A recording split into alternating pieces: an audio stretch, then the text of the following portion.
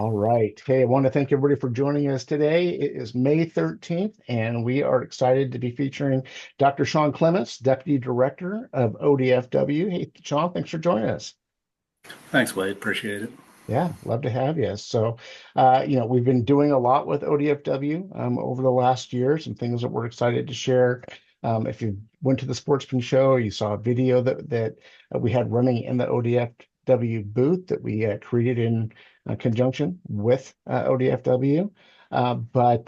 Shaun, we just kind of wanted to get to know you better. We were excited to have Dr. Debbie Colbert in our February meeting. Tons of information that she shared with us, didn't hold back. And I appreciate you raising your hand. You'd be willing to join us as well.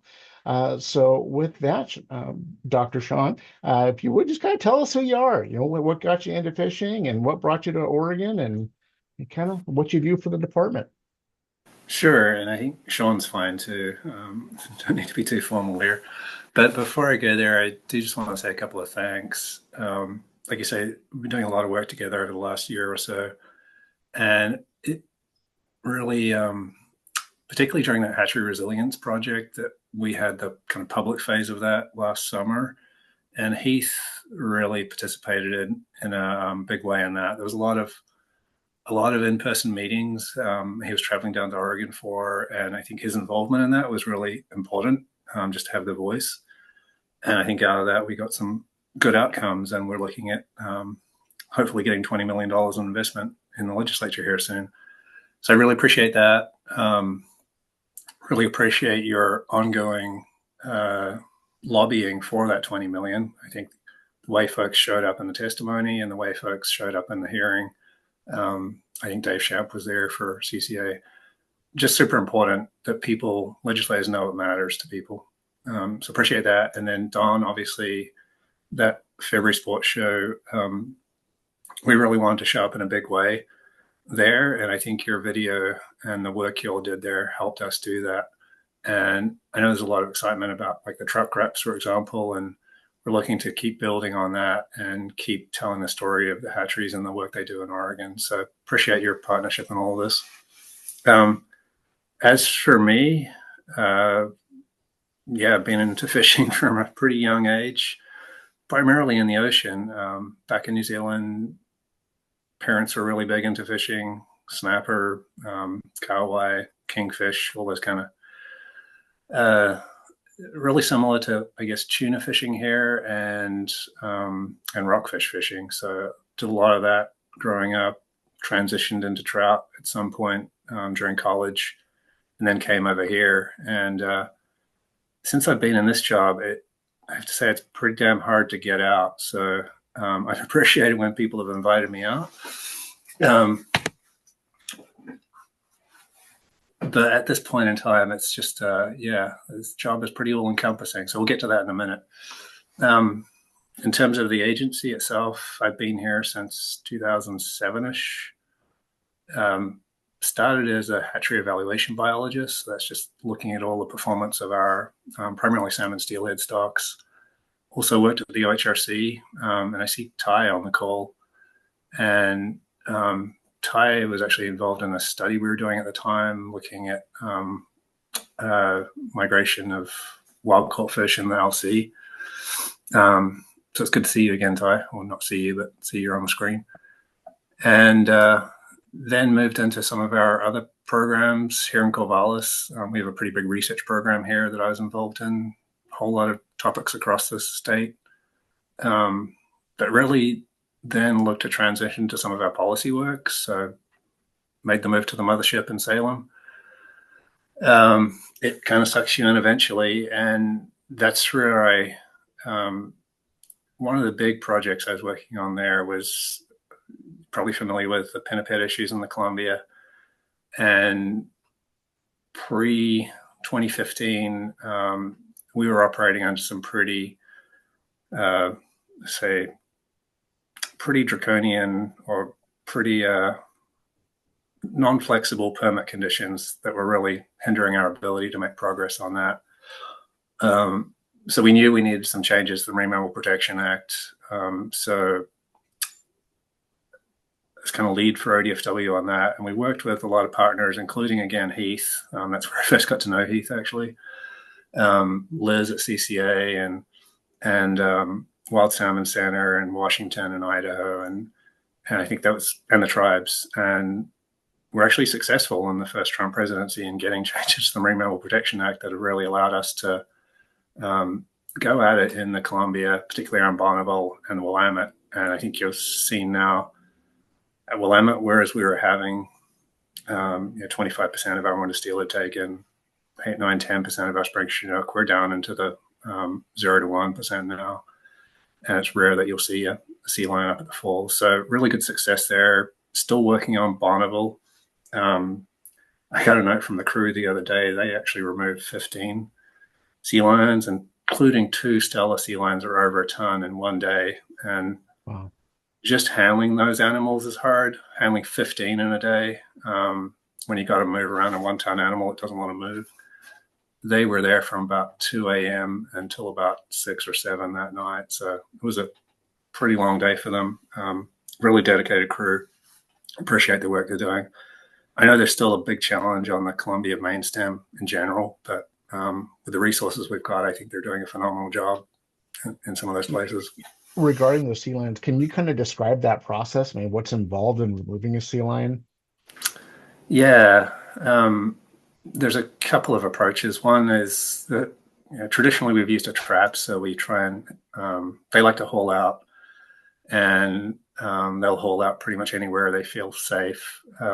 We try and close off their preferred haul outs and then provide a trap that they can haul out onto, essentially a floating dock with cage sides. And we get them acclimated to that. And then once they're acclimated and we're geared up, we'll close the trap when they're on it. And then you got to transfer it from that trap to a barge to get them to land, and then from the barge into a truck to get them to the location where you're going to euthanize them. So there's several steps along the way. California sea lions are more compliant. Like if you provide an opening, they'll go into it. Stella sea lions are not like that at all. And they're aggressive and they're hard to move around. So these 2 individuals, we actually had to dart and then move them manually. So it's quite a long process, really involved. Our vet staff have to be up there. There's several staff involved with moving them around because there's a lot of safety issues. And yeah, it's lengthy, I'll say. The other way we potentially are going to have to do it in tributaries because we can't get traps in there is by darting animals. And the problem there is if you dart an animal and they tend to go into the water and then go under the water and drown. And just with the way our permit conditions are laid out and some of the public issues, it's not a great outcome. And so we're trying to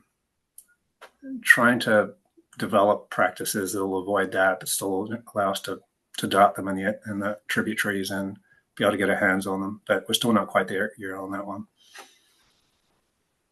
Yeah, well, that sounds involved. I can picture the Yeah. little critters in my yard, and this is taking it to the next level for sure. So, in euthanizing, I know that there was a process or in the past where I hear that you'd have to catch them 3 times, and they're being branded in between. Is that kind of all behind us? Are we euthanizing the first time that we've been able to capture at this point? Yeah, that was the big change in the MMPA back in 2019 when we got that. All those steps you described were what we had to do historically, which made it kind of burdensome. The change in the act just meant if it's in this area, essentially above 205 Bridge, it's designated as having an impact and we can remove it the first time we capture it. So that's really helped. Yeah. Yeah. Thanks for sharing that. Yeah.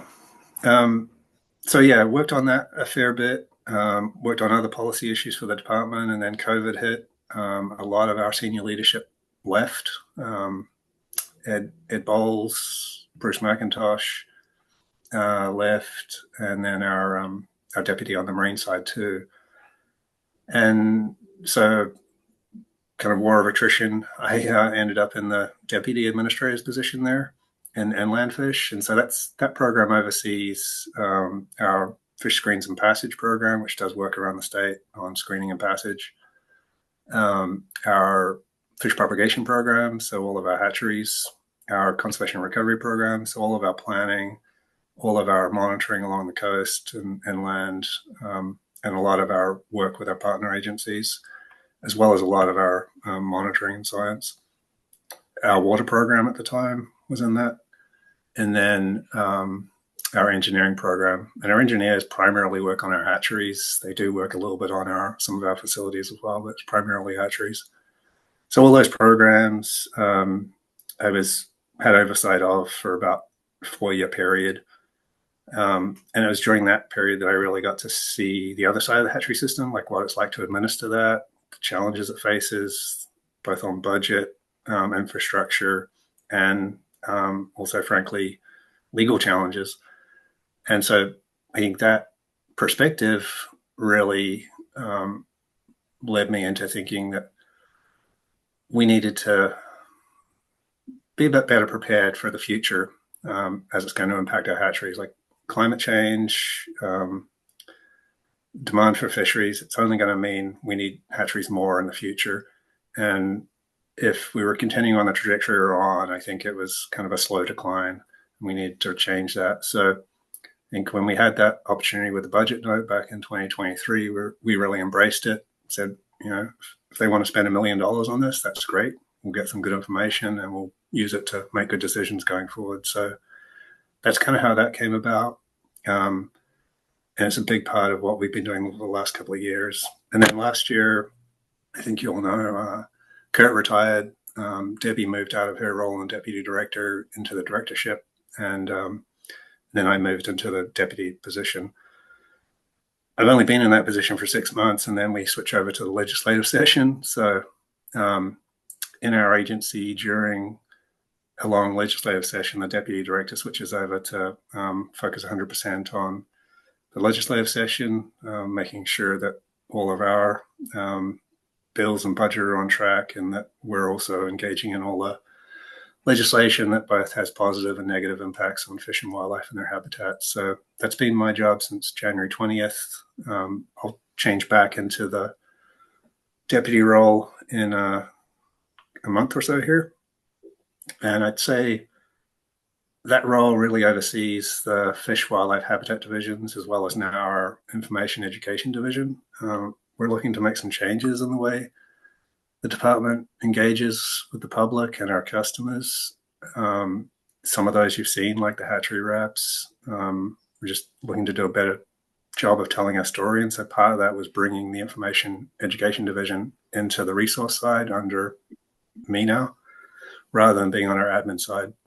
Just made a little bit more sense. I'd say in that role, a lot of what you spend your time on is the hot topic of the day, whether it's wolves depredating out in Northeast Oregon, beaver flaring up somewhere, hatcheries, litigation, whatever it might be. It's kind of day to day, I'd say. So that's kind of the story for now. And I think mostly you'll want to talk about where we are with the hatchery side of things, right? And where we see things going. That'd be amazing. But if there's any questions before we jump into that, happy to take them too. Hey guys, if you have any questions, would encourage you to put those into our chat. I did share the link to the YouTube video that we made with in partnership with ODFW, talking about the benefit of the hatcheries. Again, if you caught a salmon in 2024, 70% likely that it came out of a hatchery. If you caught a trout, it's 90% likely it came out of a hatchery. So it's a real fun video. If you haven't had a chance to watch it, make sure you click it before the end of the video or end of the meeting, and you can watch it afterwards. But yeah, I don't see any questions. So yeah, I'd love to jump into the hatchery resiliency. Sure.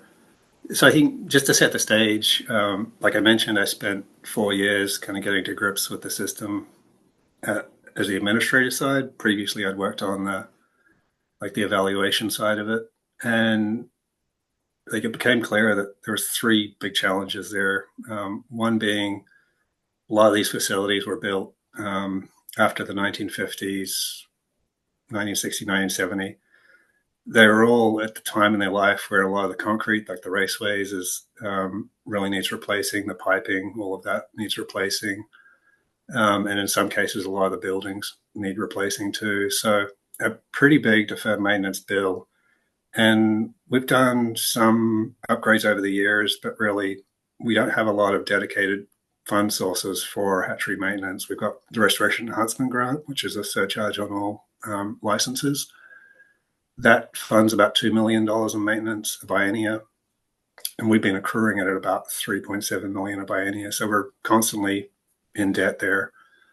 We had one round of $10 million bonding back in, I think it was 2014 or 15-ish, that we used at about 6 facilities, including that nice hatch house at Trask. But beyond that, we've got some serious deferred maintenance challenges. So that's one thing. Second is rising costs. Just costs lately have been really accelerating, particularly after COVID with inflation. Really hitting us on utilities, electricity. We have a lot of pump stations at several facilities. Fish food has been going up a lot. And then litigation also has been going up a lot and costing us a lot more. So rising costs, flat funding pretty much, both on the state and federal side. And then climate change has also been really hurting us on a couple of fronts. One being that just a lot of our facilities have trouble with water now, either getting enough water, particularly during summer, or getting cold water. LC's a really good example where we've got significant challenges right now with enough cool water in summer. We're having to move fish around just to kind of be able to manage that example. Bandon is another case where we have to move fish out of there during the summer because we just don't have enough water. And that's only going to get worse. So those two things are just affecting our ability to rear fish on site. And then secondarily, each of our facilities operates under what they call an NPDES permit from DEQ under the Clean Water Act. And those permits lay out certain requirements for our discharge from hatcheries. And we're starting to see more of those come online with temperature criteria, meaning we're liable to ensure that our discharge meets a certain temperature. And that's becoming more and more challenging when the natural flows coming in are higher than the standards. It's one of the things that's causing us a lot of sleepless nights in terms of how do you discharge water that's cooler than it's coming in or below the standard.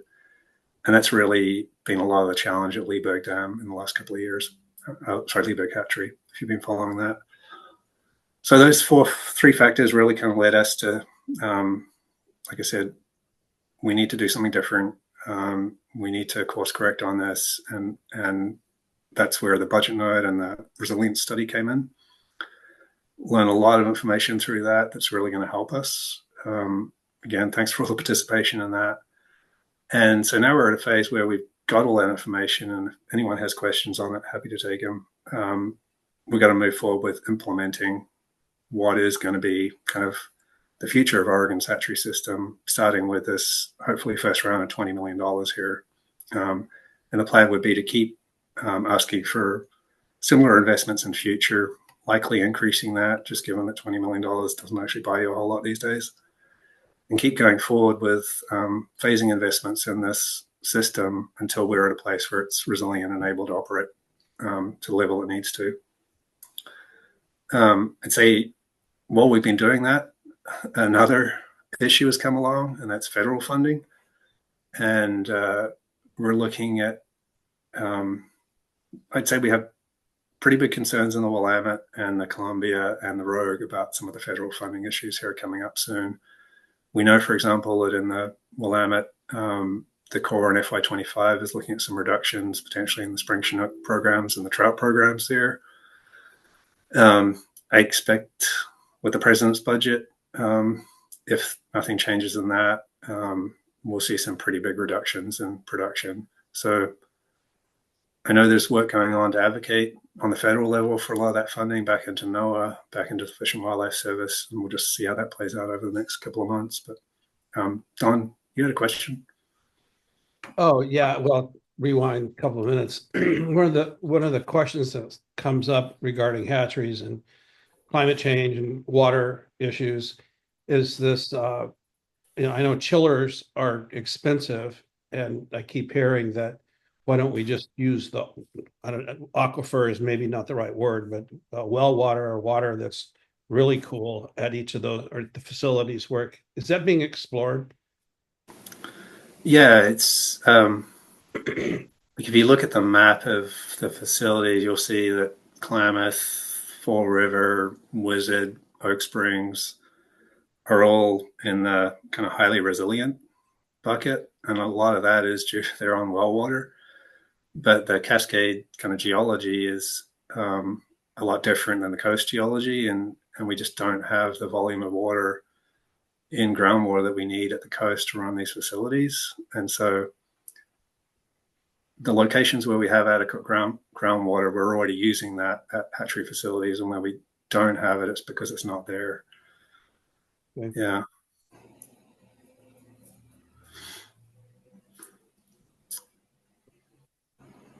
So um,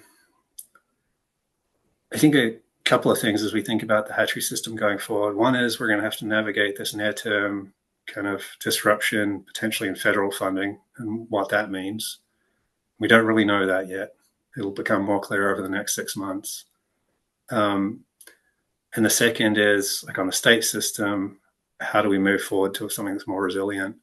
And that'll really start with get the revenue forecast tomorrow, and assuming that's okay or even marginal, given this is general fund bonding, we should be okay on the 20 million. Touch wood. And that will really help us start investing in the facilities, probably starting at Bandon Hatchery, because again, that's one that has a lot of urgency. A lot of the folks in the that engaged in the resilience review supported investing there first. We'd also funding available out of that. We'd like to invest at Cedar Creek. That was one that scored really highly. Cedar Creek and Trask both scored really well in this review, and they're kind of probably going to be the backbone of the North Coast system together. So investing at Cedar Creek to make the most of the capacity there. And then if there's funding available, Elk River as well. The Southwest as a whole is generally a lot less resilient than the Northwest. Rock Creek has challenges, Bandon has challenges, Elk River has challenges. Coal Rivers could be resilient if it's fixed to a level it needs to be, which we're on path to do until some of these federal funding challenges. But the Southwest system as a whole, it needs significant work to make it resilient. The Northwest system is doing better. We've got, like I said, Cedar and Trask. We've got some of the Valley facilities. So we're in an okay place there for now, but we do want to build out like Oak Springs, Fall River, so that we can move some of the trout production over there and create space in the west side for salmon sea production. So we're likely to see us both investing at some of the priority resilient facilities, building capacity at some of the others, and likely the footprint's going to change going forward, and the home of some of these programs is going to change going forward. But trying to build a system that in 20, 30 years' time can produce as many fish as we have today and be more reliable going forward. So, Heath? Yeah, thanks, Shaun. Thanks for being on, and I really appreciated working with you the last number of years on the projects that you outlined. So thank you for that. I did kind of want to get your sense. You mentioned the federal funding. I'm very concerned about that. And if you have any advice for the group on things they can do, please mention it. If there are any short-term decisions that you all have to make, and if there's things we can be doing to try to be helpful there to keep fish alive and keep that production in place while we go through this uncertainty on the federal side, that would be helpful. So let us know about opportunities. And then I guess the part two of my question would be, we'll wait till the final numbers come from the legislature, but just kind of getting a sense from you on, you mentioned kind of centralizing the hatchery system, and it might not look exactly the same as it does now. Just kind of how the department plans to approach that based on what your final budget is. So thank you. Yeah, cheers. So on the federal side, Oregon doesn't have a lot of political capital in DC right now, so outreach from us, our legislators, who are largely Democrat, or our governor, is really not going to achieve some of the goals we're looking for here. So we're, as an agency, looking, and Washington too, looking to partner, particularly with Idaho and Alaska, shared goals in maintaining a functional NOAA, and use that kind of regional partnership to hopefully leverage some investment in NOAA and Fish and Wildlife Service. I think that's when you look at some of the reductions in force that are proposed and the combining of NOAA with Fish and Wildlife Service, I think folks are perhaps not understanding. When you look at the ESA program in NOAA, they do all the permitting, HGMP permits for our hatcheries. If that goes away, then we've got some challenges. And Fish and Wildlife Service just isn't set up to do that. So you'll have NOAA transitioning over with no new staff at Fish and Wildlife Service and no understanding of how to permit hatcheries. So that's one thing. And then that program also does all the consultations like the BIOPS that we've been operating in, the Mitchellite BIOP, the SAFE BIOP that we've just redone. And so if that expertise and kind of historical knowledge goes away, then again, we've got some challenges. And so although they're all under the umbrella of ESA, they are really important to maintaining fisheries and hatcheries in Oregon. And I think some of that is lost in translation.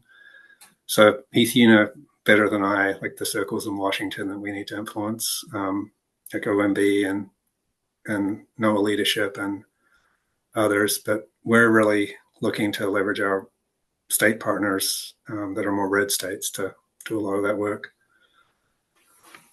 So I think we feel certainly CCA as an organization. I mean, we are fortunate that we have actually a presence in a lot of red states. So that's something we're talking about frequently at headquarters and with our national lobbyist about what we can do, because you're exactly right. The power center is not the Pacific Northwest right now there. So but we're going to stay at it.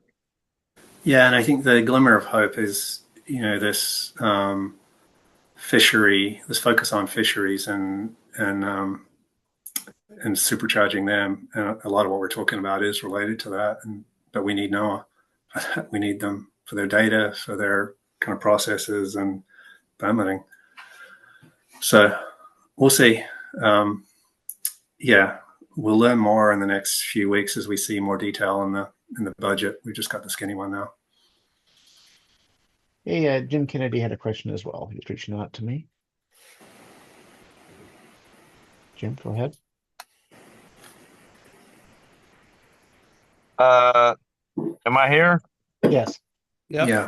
First of all, thank you, Dr. Clements, for being a speaker today. Cheers. I'm kind of off location, so I appreciate everything you do.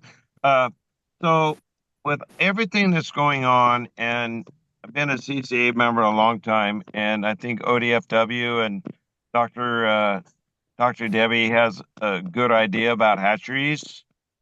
And with all that's going on, not just in Oregon, but all across the country, the recreational fishermen really have the biggest challenge to fight either the commercials or NOAA on protection of species. And I mean, is that a never-ending battle? Do you understand what I'm asking? I think so. Do you want to clarify a little bit more?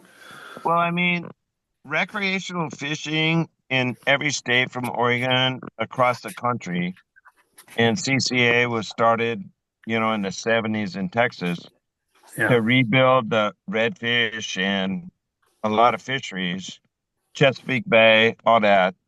But it's the biggest economical engine that provides the most economical benefits for every state.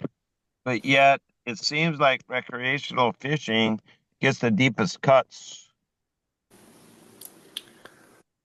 Um, And maybe you don't want to be on that stance to answer that, but no, I was just thinking about what's happening in Oregon. Like I think both rec and commercial benefit from the hatcheries, and it's really hard to tell kind of what the ratio of that benefit might be, and who gets more impacted by any reductions from that. So it really depends on the species. For example, winter steelhead, there's no commercial fisheries, so reductions right, there all when they're impact considered game rec. fish. Yeah. Um, I mean, I think at this point in time, like what we're potentially looking at is just not great for anyone, frankly. And our approach has been we want to grow the pie so everyone has a little bit more. And that's been challenging. Like, I don't think we want to get in a state where different sectors of fisheries are fighting over the last fish. We'd rather have enough fish for everyone to go around. Um, Exactly.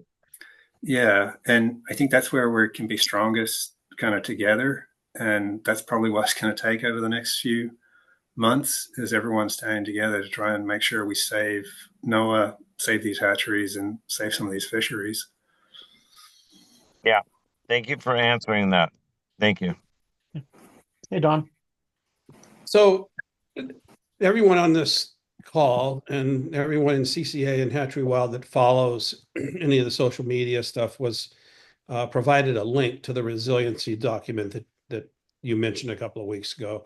If you haven't read it, you should. You guys are, there's a lot of information and it's granular. It gets down to each hatchery.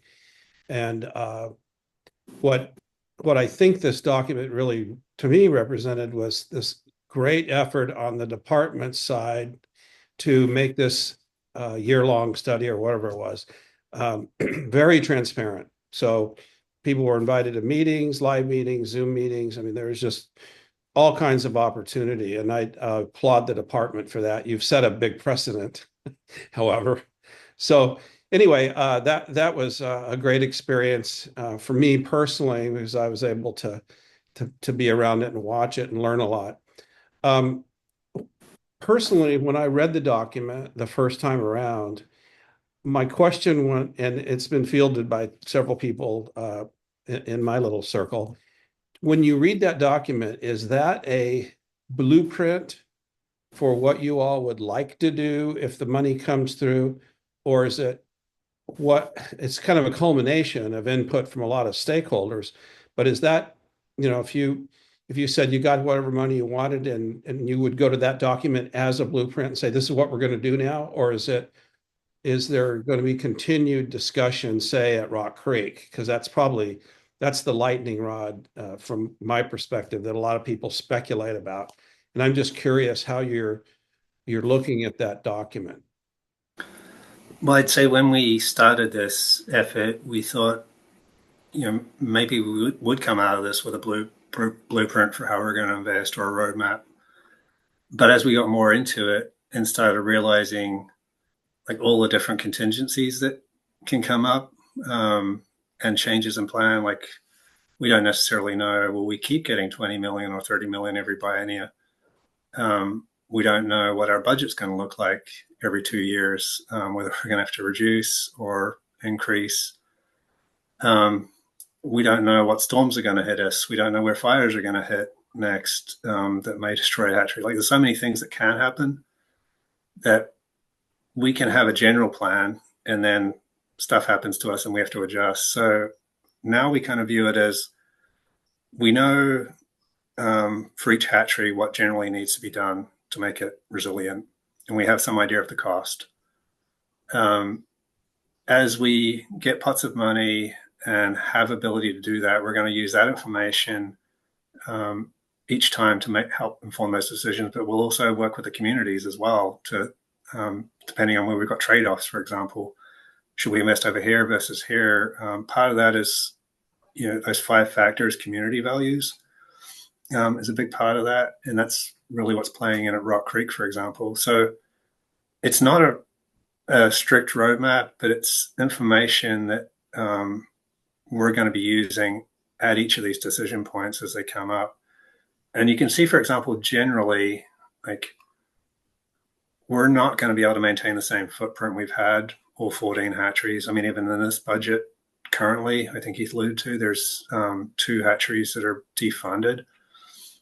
So what we want to do to keep that capacity is expand at some of these more resilient facilities like Oak Springs, Fall River, Cedar Creek, so that when that footprint is reduced, we still have the capacity of these other hatcheries to take up some of the slack. So as we can, we're going to be investing in expansions at some facilities.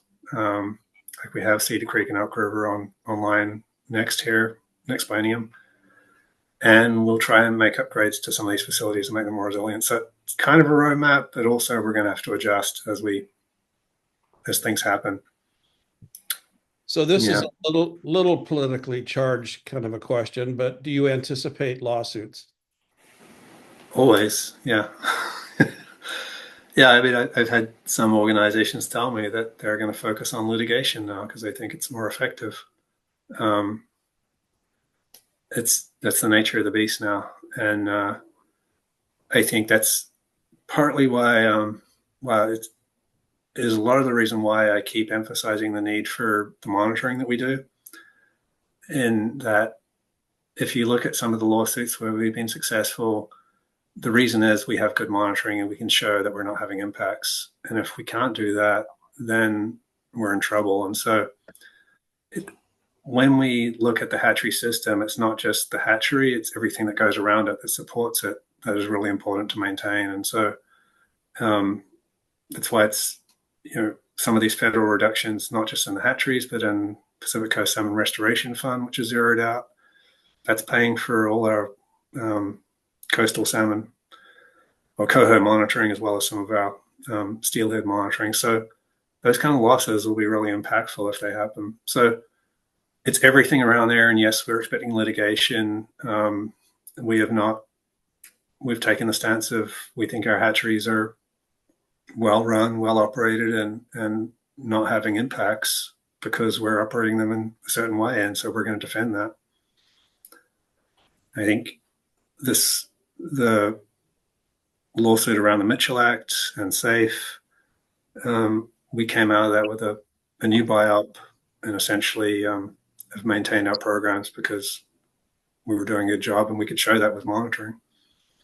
If you've not had a chance to review the study, I did post a link to the ODFW website where that study is housed. Feel free to take a look at that. Jim, you had another question? Jim Kennedy here, Dr. Shaun.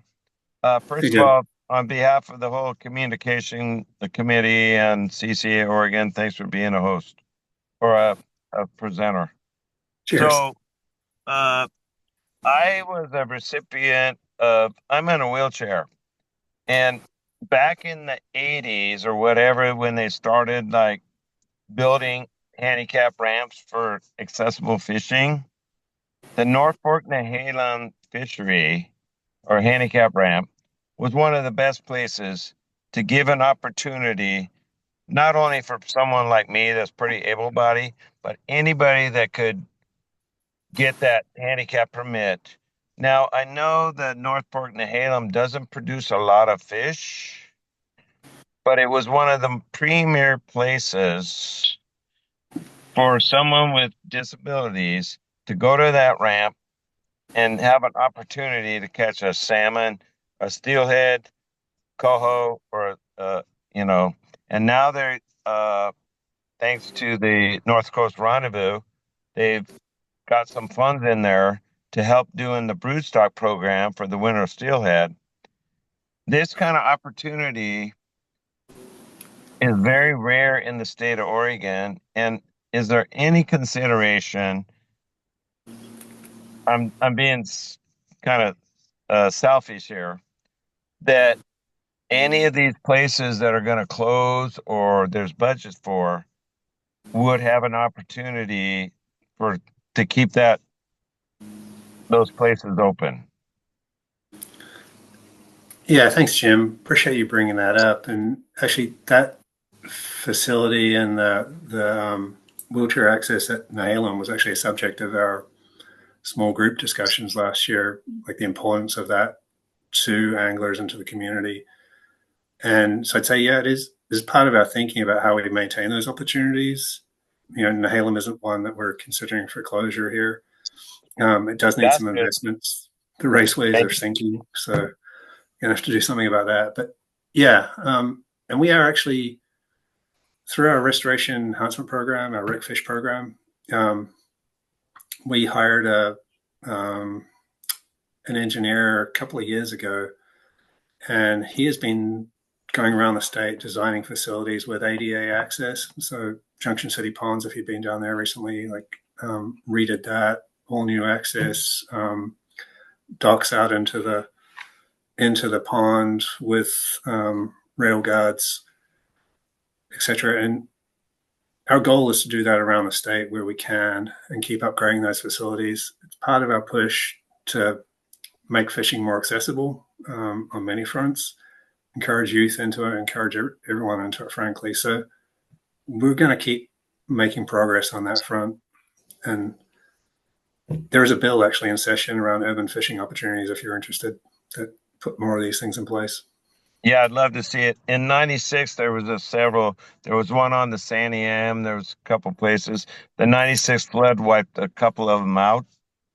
There was the Oregon Fishing for Accessible book one time, and I went around the whole state to find some St. Louis ponds and this and that.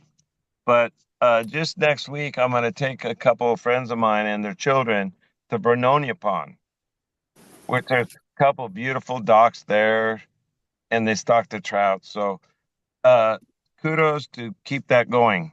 Thank you. Cheers.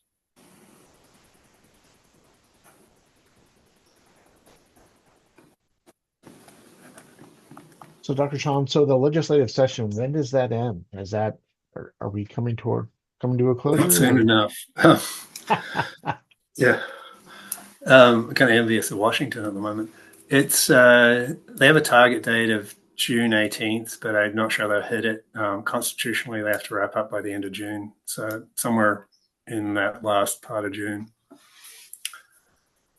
But they've got their revenue forecast coming out tomorrow. That's where we get to see what the final budgets will be built on. And I think we've had really good forecasts up until now, but just with some of the uncertainty in the last few weeks, I think folks are thinking it's going to be a downgrade on the forecast, which means they're going to have less funding to play with, which then you start to see some of the trades going on. As of today, our budget and the bonding, I think, are in good places, and we'll see if that's true tomorrow. I want to ask a question it's kind of a heavy question. I had heard coming out of the resiliency study that it was determined that the hatcheries were behind in about $200 million in deferred maintenance.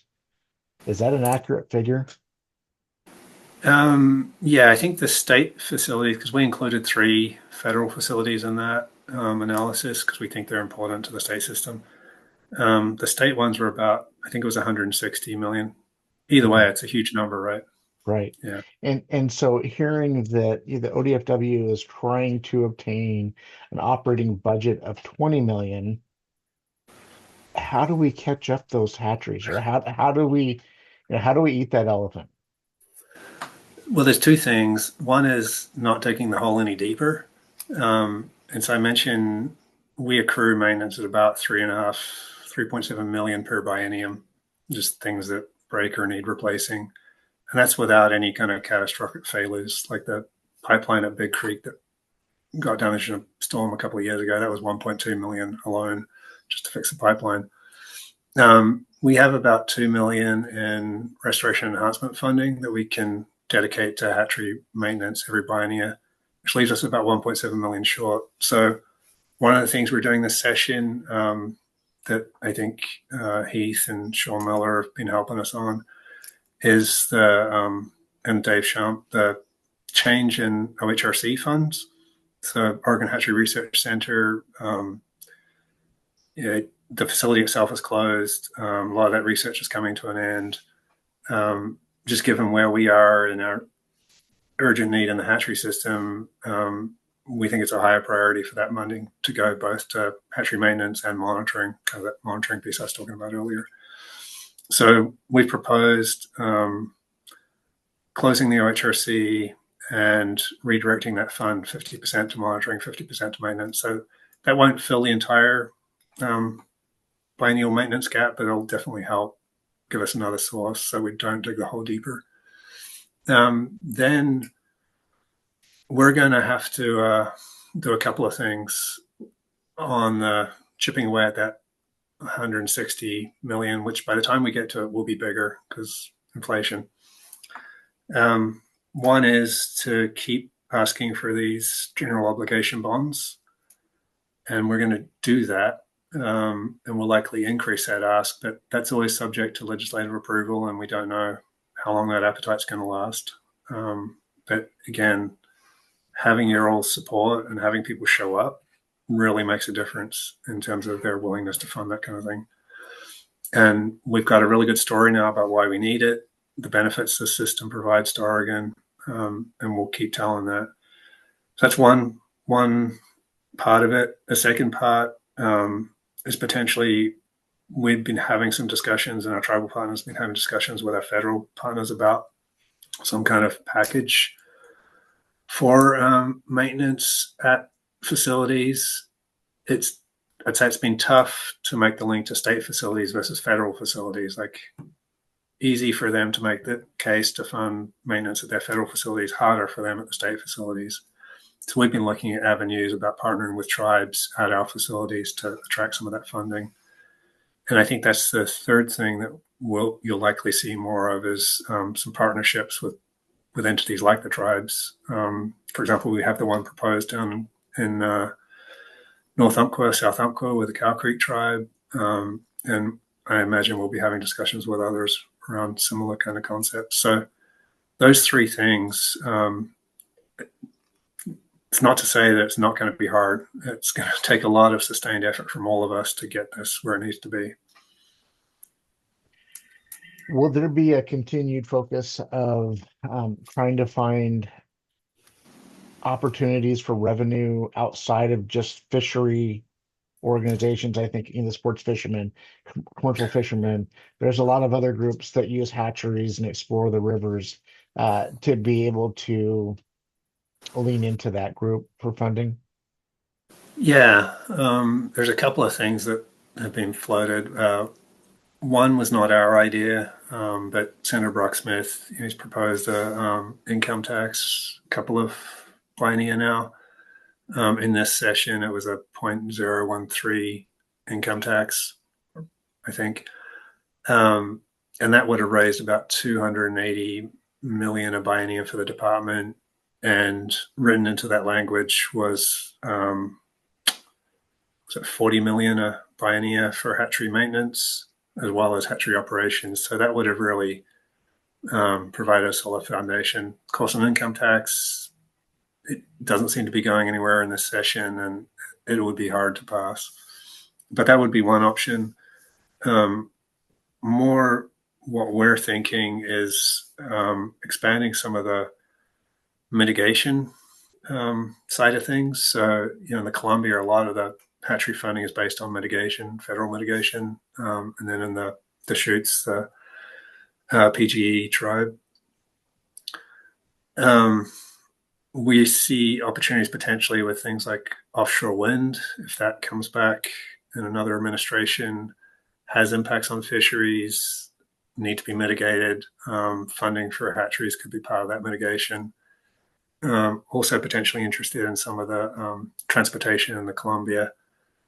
And transportation, as everyone knows, has pretty significant impacts on wildlife, including fish. And so we've started to explore that when I was in that deputy role, but then transitioned into this current role. So when I get back, there'll be something we look at.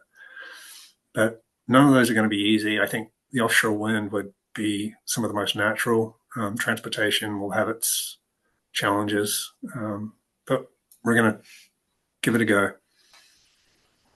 I appreciate that. All right. Yeah, I definitely would like to open it up to the floor for questions. Dawn? Yeah, back to pinnipeds for a minute. Several years back, you were right in the middle of the close to extinction on fish coming over the Willamette Falls. And the metric that I've used, and I thought I read it, but I want to make sure, was that it was getting around 500, a little over 500 fish returning, while those big guys were at the base of the falls. There were, and I'd like to get the numbers right, but my understanding was there were 16 removed, big guys. And in the next year, the run increased to 2,400. Is that close to accurate? We couldn't really relate the run the next year to the removal of those sea lions. It was more because those run sizes fluctuate naturally anyway, regardless of predation. So we were always going to have a bigger run. It's just a lower percentage of that bigger run got eaten in the end. And so we were able to drop, by removing those 16 animals, I can't remember if it was 16 or 13, but small number anyway, we dropped predation from 25% down to less than 1%. So it just allowed a whole lot more adults to get through. Yeah. Yeah, I guess that's a better way to put it, I think. People like happy stories, good endings to those kinds of efforts, like the Klamath, seeing those fish come back after the dams are down, all that. And it's fodder for good news. And obviously the sea lion situation gets a lot of talk within the sport fishing community. It does. And I think one of the things that some of the opposition we were running into at the time was like, you'll kill these 13 and then they'll just get replaced by another 13. And we didn't think that would be the case just because of some of the social learning and habituation that goes on there. And it proved to be, it wasn't the case. We removed those and we just haven't seen recolonization really. We get one or two swim up there for a day or two and then leave. They're waiting for the runs to be better. They could be, yeah. Up to you. Yeah.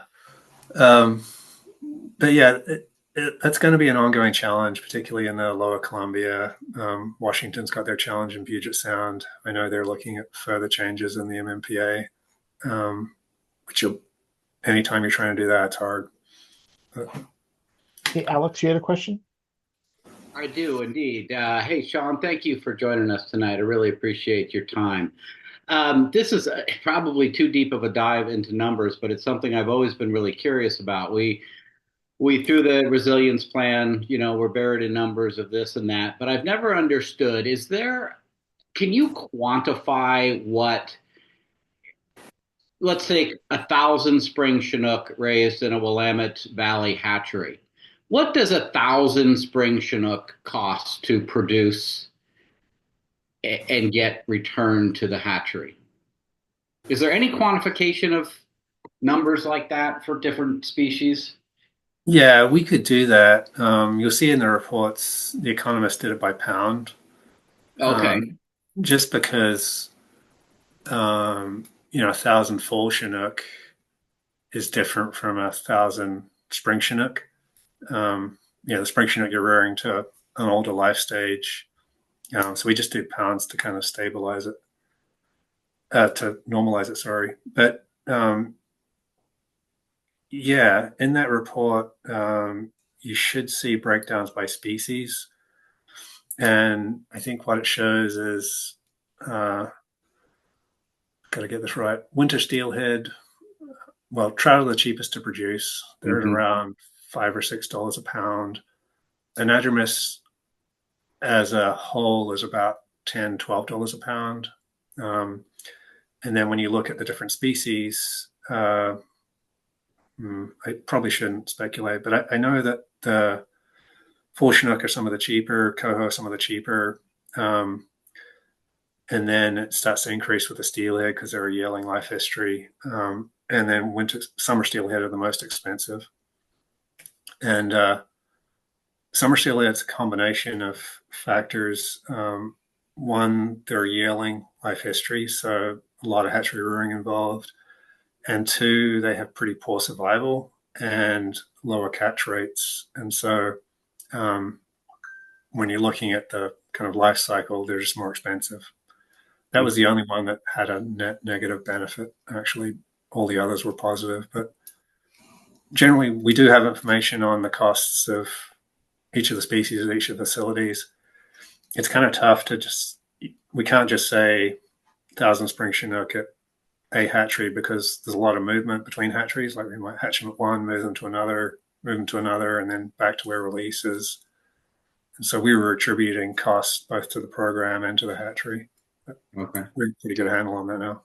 Yeah, we are really close to the bottom of the hour. Ty, you had a comment or a question? Yeah. Yeah, I'll make this one really quick and maybe a little more rhetorical, something to think about. But I spent 4 months of my time in Alaska, and coho and chinook are doing terrible everywhere in Alaska. Like I can't, at least this last summer.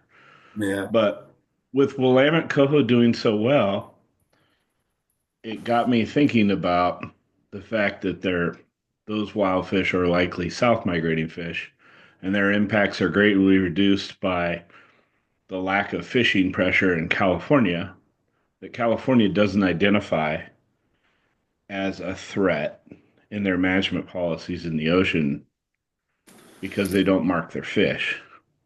So, long story short, someone else asked me, they're like, so are Willamette coho a naturalized population? Are they not seeing the predation on juveniles and adults that spring chinook see, even though spring chinook migrate out in the spring and the fall, just like coho? So it may be more of a rhetorical to think about. Maybe Yeah. Willamette coho are a vector to look at recovery for spring chinook. That's interesting question. Just kind of off the cuff. The Willamette coho tend to be kind of lower down the system. Some of those, also in some of those west side tribes, whereas the spring chinook are obviously up high, so they've got further to go in that kind of migratory corridor. And there's some challenges in that upper river for sure.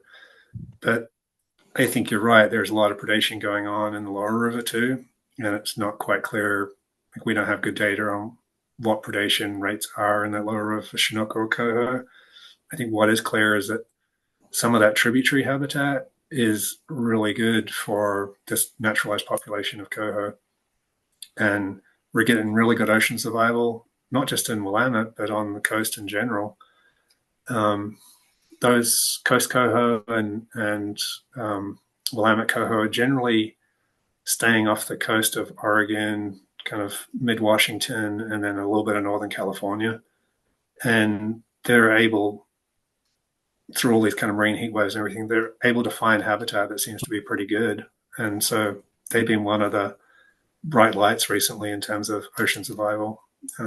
But yeah, I think you're right. We're looking at some shifts in the Willamette, and spring chinook, we're really going to need to get passage and some of these main stem issues addressed. And just like that, we're at the bottom of the hour. Want to be respectful for your time, Shaun. So anything you want to close with? No, I just say thank you again. We really do, Debbie and I both appreciate the partnerships with CCA and other groups. And like I said, working with Heath and Shaun over the years has always been both rewarding and fun. And I think we've done some good things together. And I hope we continue that. Yeah, absolutely. Heath, anything you wanted to share on your end? No, I really appreciate Shaun being on and Debbie before him, and look forward to getting this session behind us. Hopefully, getting a good outcome for funding and hatcheries, and then take on some of the next challenges that Shaun's already mentioned. And I know at CCA we're really looking at wanting to talk a little more about harvest, and I think Ty's comments kind of lead into this in Alaska and BC, and how do we work through the next Pacific salmon tree to make sure we're getting Oregon salmon back to Oregon. So there's so many things to work on, and we really appreciate Shaun and ODFW's partnership on it. Let's just pick one or two and go with that. Right on. All right, group. Well, hey, a lot going on. I'm gonna just put some of the events that we've got coming up in our chat. Some links to banquets. I know this coming Saturday at Columbia County's got their banquet. 12th and Valley's banquet's going to be on the 31st. South Willamette's got one in June, and then Portland and Columbia Gorge have some September events. So I'm going to put that in our chat. And then I know that Norm, we've got a trivia question. Is that something we're going to be able to do? Yeah, if we can do it Sean? fast. Can you explain? This is going to be a really quick answer. So, Wade, could you let people know how to put All their right. answer in? Absolutely. So Don's got a question for us. He'll let us know what it is that you can win. But please use your chat. So in the chat, make sure that you're posting your answer to where anyone can see the answers. I'll begin reading those off as I see them once Don's asked that question, and Don will let us know when we've got a winner, and then I'll connect with that winner to get an address to get that shipped over to you. So got to So use the chat. we've got a branded Hatchery and Wild pin light that you can put on the bill of your hat or use as a light, and then a branded CCA Yeti. It's a Yeti, so that's about $300. So here's the question, and this is a nice round number.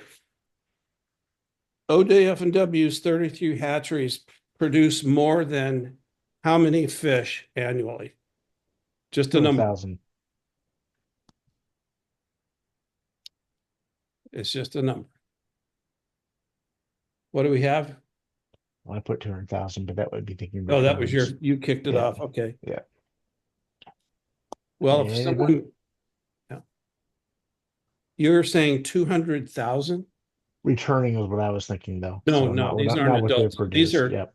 babies into the water. Come on, people. It's going to be higher than that. 259,000. We're at 2.5 million, 50 million.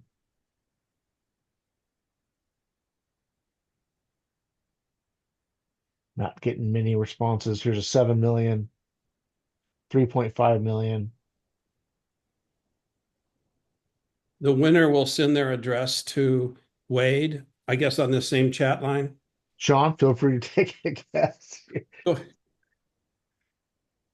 And then it'll ship out. Can I take a guess? Of course. Guess. That's what Because most nobody's everyone's even doing here. close yet. Nobody's even close. Is it 200 million? No. All right. What's the highest number so far? 7 million from Jerry, Well, there's a 50 million from Alex. 59, 50 million. 50 So 5 million. million. Yeah. Okay, we're gonna close this in 10 seconds. Take a shot. All right. There's a 200 million. 40 million. 40 million. Yeah. Well, I would say that Alex Brower's the closest at 50 million. Geez, he doesn't need any of this stuff. Let it ride, Alex. You got all this crap. Okay, well, congratulations. Yeah, that's a big number, 40 million. And I think we'd like to see that go to 80 by next year, if that's good with you, Shaun. Thank you. Well, again, if you haven't read the Hatchery Resilience document, it's a really easy read. It's really well done. Coming from a design guy, it's really nice. And it gets, as I said, it gets granular at the end of the report where you can go right in and see the thoughts on Rock Creek or thoughts on salmon, whatever hatchery, it's broken out, and it's just really good stuff. And it makes you, it made me realize that the department didn't have to do this. And as I said, you've set a standard now, so we're going to expect this with every issue.